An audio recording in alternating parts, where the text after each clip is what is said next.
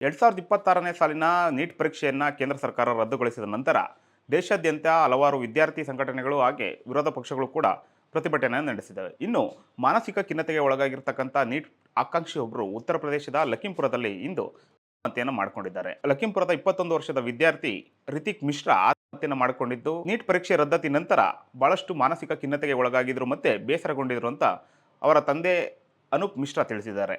ಇನ್ನು ನೀಟ್ ಪರೀಕ್ಷೆಯ 3ನೇ ಅಟೆಂಪ್ಟ್ ಅವ್ರದ್ದಾಗಿತ್ತು. ಅವರು ಈ ಬಾರಿ ವೃತ್ತಿಪರ ಕೋರ್ಸ್ನಲ್ಲಿ ನಾನು ಉತ್ತೀರ್ಣನಾಗಿ ವೈದ್ಯನಾಗದೇ ಆಗ್ತೀನಿ ಅಂತ ಕನಸನ್ನು ಕಟ್ಕೊಂಡಿದ್ರು. ಆದರೆ ಕೇಂದ್ರ ಸರ್ಕಾರ ಪ್ರಶ್ನೆ ಪತ್ರಿಕೆ ಸೋರಿಕೆಯಿಂದಾಗಿ ಪರೀಕ್ಷೆಯನ್ನು ರದ್ದುಗೊಳಿಸಿದ್ದಕ್ಕಾಗಿ ಅವರು ಭಾಳಷ್ಟು ಖಿನ್ನತೆಗೆ ಒಳಗಾಗಿದ್ರು ಮತ್ತು ಮಾನಸಿಕವಾಗಿ ಒತ್ತಡಕ್ಕೊಳಗಾಗಿದ್ದರಿಂದಲೇ ಈ ಒಂದು ಆತ್ಮಹತ್ಯೆ ಮಾಡಿಕೊಂಡಿದ್ದಾರೆ ಅಂತ ಕುಟುಂಬದ ಮೂಲಗಳು ತಿಳಿಸಿವೆ. ಇನ್ನು ಈ ಪ್ರಕರಣ ಕೊತ್ವಾಲಿ ಪೊಲೀಸ್ ಠಾಣಾ ವ್ಯಾಪ್ತಿಯಲ್ಲಿ ನಡೆದಿದ್ದು, ಪೊಲೀಸರು ಕೂಡ ಆತ್ಮಹತ್ಯೆಗೆ ನಿಖರವಾದ ಕಾರಣ ತಿಳಿಯಲು ಹತ್ತಿರದ ಆಸ್ಪತ್ರೆಗೆ ಶವವನ್ನು ಕಳಿಸಿದ್ದು, ಮರಣೋತ್ತರ ಪರೀಕ್ಷೆ ನಂತರ ನಿಜಾಂಶ ಏನು ಅಂತ ತಿಳಿಯುತ್ತೆ ಅಂತ ಪೊಲೀಸರು ತಿಳಿಸಿದ್ದಾರೆ. ಇನ್ನು ಪ್ರಮುಖವಾಗಿ ವಿರೋಧ ಪಕ್ಷದ ನಾಯಕರಾಗಿರ್ತಕ್ಕಂಥ ಪ್ರಿಯಾಂಕಾ ವಾದ್ರಾ ಕೂಡ ಈ ಒಂದು ಪ್ರಕರಣಕ್ಕೆ ಸಂಬಂಧಿಸಿದಂತೆ ಪ್ರತಿಕ್ರಿಯಿಸಿದ್ದು, ಕೇಂದ್ರ ಸರ್ಕಾರ ನೀಟ್ ಪರೀಕ್ಷೆ ರದ್ದತಿ ಮಾಡಿ 23 ಲಕ್ಷಕ್ಕೂ ಹೆಚ್ಚು ವಿದ್ಯಾರ್ಥಿಗಳ ಜೊತೆ ಆಟವಾಡ್ತಾ ಇದೆ, ಅವರ ಭವಿಷ್ಯವನ್ನು ಮಂಕಾಗಿಸುವ ಕೆಲಸವನ್ನು ಮಾಡ್ತಾ ಇದೆ ಅಂತ ಆಕ್ರೋಶವನ್ನು ವ್ಯಕ್ತಪಡಿಸಿದ್ದಾರೆ.